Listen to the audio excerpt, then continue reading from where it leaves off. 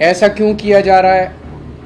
ऐसा कहा जा रहा है, इसलिए किया जा रहा है क्योंकि इंडिया नाम का कई सारी पार्टियों का एक अलायंस बना है जिसका नाम इंडिया है। मान लीजिए इस इंडिया अलायंस ने अपना नाम बदल के भारत रख लिया, तो फिर भारत भी बदल देंगे। फिर क्या भारत का नाम बीजेपी रखेंगे या भारत का नाम फिर क्या रखेंगे?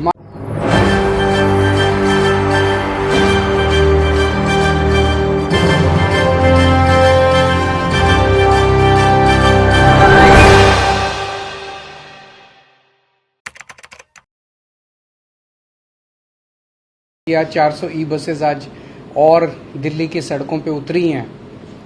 इसके पहले 400 बसेस ऑलरेडी दिल्ली की सड़कों पे चल रही थी, तो अब 800 इलेक्ट्रिक बसेस बिल्कुल modern air conditioned buses Delhi की सड़कों पे चलने लगी हैं। और इसके साथ दिल्ली देश का वो शहर बन गया जहां सबसे ज़्यादा इलेक्ट्रिक बसेस चल रही हैं। जैसा मैंने बताया, इसके पहले 400 बसेस चल रही थी, 400 और आज आ गई तो 800 बसेस हो गई हैं।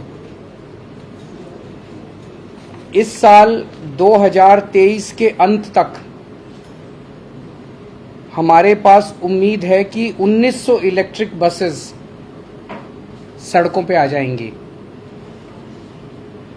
800 बसेस के साथ दिल्ली देश का सब शहर हो गया सबसे ज़्यादा बसों वाला, और 1900 बसेस आने के बाद दुनिया के चुनिंदा शहरों में, मैं ये नहीं कहूँगा कि दुनिया के में सबसे ज़्यादा होंगी, पर दुनिया के उन चुनिंदा शहरों में दिल्ली का नाम आएगा जहाँ पे काफ़ी इलेक्ट्रिक बसेस चलती हैं। और 1900 बसेस आने के बाद हर साल हम 1.07 lakh tons of carbon dioxide बचा पाएंगे। जैसा मैं पहले कई बार बोल चुका हूं कि 2025 तक का हमारा लक्ष्य है। दिसंबर 2025 तक टोटल दिल्ली की सड़कों पे 10,480 बसें होंगी, जिसमें से 80% बसेस 8,280 बसेस इलेक्ट्रिक बसेस होंगे। ये एक बहुत एम्बिशियस टारगेट है और ये किसी भी क्रांति से कम नहीं है कि आज हम 2023 में बैठे हैं। लगभग 2.25 साल के बाद हमारे पास 8,280 इलेक्ट्रिक बसेस होंगी, और जो कि 80% ऑफ द फ्लीट जो है वो, जबकि अभी 800 बसें हैं, 800 से 8,000 10 टाइम्स बसें हम 2.5 साल के अंदर 2.25 साल में ले जाएंगे। ये बसेस ज़ीरो पोल्यूशन करती हैं। एक सिंगल चार्ज पे 225 किलोमीटर चलती है बस। सो एक बार अगर चार्ज हो जाए तो लगभग पूरा दिन उसका काम चल जाता है। सारी बसेस एयर कंडीशनड हैं और इसमें डिफरेंटली एबल्ड लोग जो हैं उनके लिए रैंप है, और अगर ज़रूरत पड़े तो पूरी की पूरी बस भी नील कर जाती है किसी भी डिफरेंटली एबल्ड आदमी को ऊपर चढ़ाने के लिए। स्टेपलेस बोर्डिंग है क्योंकि लो फ्लोर बसेस हैं, जिससे लोगों को सहूलियत होती है। हर बस में 3-3 CCTV कैमरे हैं और महिलाओं की सुरक्षा के लिए पैनिक बटन्स हैं। कंट्रोल रूम के साथ हर बस का 2 वे कम्युनिकेशन है, और हर बस में GPS यूनिट है उसकी लाइव ट्रैकिंग करने के लिए बस की, और डिस्क ब्रेक्स हैं, fire detection and suppression system है। आज की डेट में टोटल अभी बसें आई हैं, लेकिन कई बसेस जो हैं वो अपनी उनकी लाइफ पूरी हो गई थी, वो रिटायर भी हो गई हैं। आज की डेट में टोटल 7,135 बसें बची हैं दिल्ली में, जिसमें से 800 ई बसेस हैं और 6,335 जो हैं वो CNG की बसेस हैं। इसके थोड़े से फाइनेंशियल्स के बारे में बता देता हूं, काफ़ी कन्फ्यूजन चल रहा था। 921 बसें हमें केंद्र सरकार की 921 बसों पे सब्सिडी मिल रही है। हर बस पे 45 लाख रुपए की लगभग हमें सब्सिडी मिलेगी, और 921 बसों पे मिला के 417 करोड़ रुपए की सब्सिडी मिलेगी। हर बस की लाइफ जो है वो 12 साल है, तो टोटल खर्चा 921 बसों पे टोटल खर्चा 4,091 करोड़, लगभग 4100 करोड़ का खर्चा आएगा, जिसमें से 417 करोड़ रुपए केंद्र सरकार से मिलेंगे। 10% केंद्र सरकार से मिलेंगे, बाकी 90% जो है वो दिल्ली सरकार खर्च करेगी। तो 8,200 बसों का जो हमारा टारगेट है, उसमें से 900 ये और 300 बसें पहले, 1,200 बसें हमें केंद्र सरकार की सब्सिडी से मिलेगी और बाकी सारी बसेस हम अपने पैसे से लाएंगे। हमारी तो केंद्र सरकार से गुजारिश है कि जैसे इन 1,200 बसों पे सब्सिडी दे रहे हो, बाकियों पे भी सब्सिडी अगर दें तो अच्छा रहेगा। हम उनका शुक्रिया अदा करते हैं कि इन बसों पे भी दे रहे हैं, औरों पे भी देंगे, हम उम्मीद करते हैं। केवल बसें खरीदने से काम नहीं चलेगा, इसके लिए पूरा इंफ्रास्ट्रक्चर तैयार करना पड़ता है, क्योंकि अलग किस्म के बस डिपो बनते हैं जहाँ पे रिचार्जिंग होती है। तो अभी तक हम 182 करोड़ रुपए खर्च करके 1,500 ई बसेस का हमने खड़े करने का डिपोज का वो इंफ्रास्ट्रक्चर तैयार कर लिया है। ये जो आज 400 ई बसेस आई हैं, ये टाटा मोटर्स की हैं और ये मायापुरी, नेहरू प्लेस, रोहिणी 1, रोहिणी 2 और बंदा बहादुर मार्ग डिपो से चलेंगी। इसके अलावा 3,980 बसेस जिनमें जीरो सब्सिडी है, उसका भी ऑलरेडी कॉन्ट्रैक्ट अवार्ड हो चुका है और वो भी जल्दी आना चालू हो जाएंगी। तो एक तरह से दिल्ली के अंदर इलेक्ट्रिक बसेस में कन्वर्जन की एक तरह से क्रांतिकारी कदम उठाए जा रहे हैं और 2 साल के अंदर हम दुनिया के नक्शे पे होंगे जहां सबसे ज़्यादा बसें दिल्ली के अंदर होंगी। अगर इस पे आपके कोई प्रश्न है तो। सर, आपने कहा कि अभी केंद्र सरकार ने 10% मुझे बीजेपी का कहना है कि ज़्यादातर केंद्र सरकार दे रही है और आप लोग किसका श्रेय ले पा रहे हैं? सारा श्रेय उन्हीं को और सारी मेहनत हमारी, सारा, मैं तो हमेशा ही कहता हूँ सारा श्रेय उन्हीं का।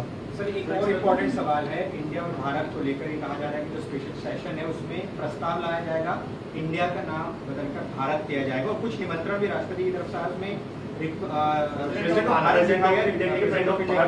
पूरे मामले को सर आप कैसे देख रहे हैं, क्योंकि तरह तरह की चर्चा हो रही है सेशन में रिपब्लिक ऑफ इंडिया की जगह भारत देखा जाए।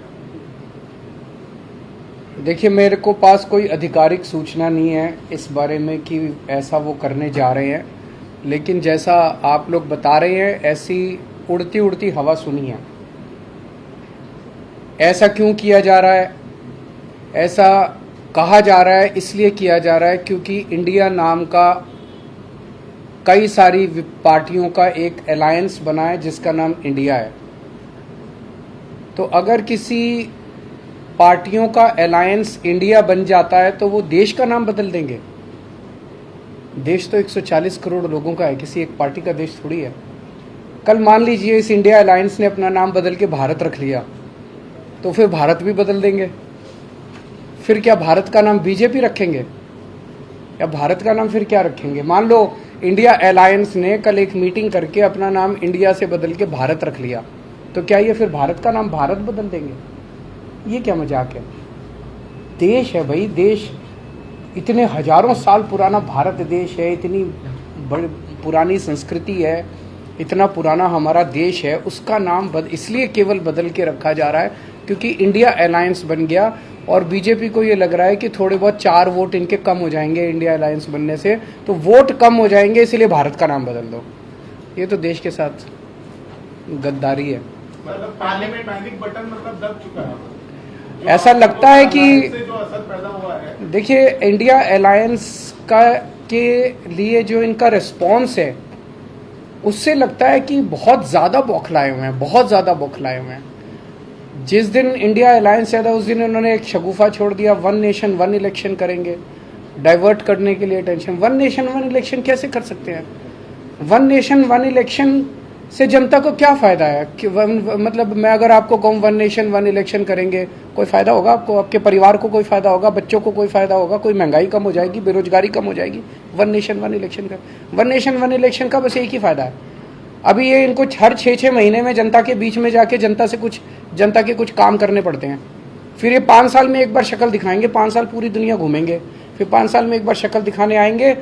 मैं चैलेंज करता हूं, अगर 1 नेशन 1 इलेक्शन हो गया तो अगले चुनाव के पहले 5,000 रुपये का सिलेंडर मिलेगा और अगली बार फिर ये 5,000 सिलेंडर करके और कहेंगे 200 रुपये कम कर दिए सिलेंडर के। तो ये बेसिकली काम नहीं करना चाहते, 5 साल काम नहीं करना चाहते, 5 साल मटर गश्ती करेंगे और फिर 5 साल में एक बार आके और फिर कहेंगे कि अब कृषि भूमि के रेट जो बढ़ा के सबसे रेट भेजे गए थे, उसमें एलजी साहब ने कुछ क्वेरीज लगा के भेजी हैं, जो भी उनकी क्वेरीज हैं हम उनका जवाब दे देंगे। सर बसेस का मुद्दा पे चूंकि हम बात कर रहे थे, है एक बहुत महत्वाकांक्षी योजना है मोहल्ला बसेस की, जिसके ऊपर काफी काम चल रहा था, लेकिन अभी जो ये और पहले उसको हटाए जाने की वजह से जो आपकी योजनाओं पे असर पड़ा है उसमें वो भी शामिल है। तो हम मैं आज ही इनसे बात कर रहा था, मुझे लगता है हफ्ते 10 दिन के अंदर इसको लॉन्च करेंगे, हम बहुत जल्दी लॉन्च करने जा रहे हैं। सर एक बहस सनातन को लेकर भी जुड़ी हुई है, जिस पर ये कहा जा रहा है कि इंडिया दल के जो लोग हैं वो चुप्पी साध रहे हैं, बीजेपी आरोप लगा रही है, इस पर आप मुझे ये मैं भी सनातन धर्म से हूँ,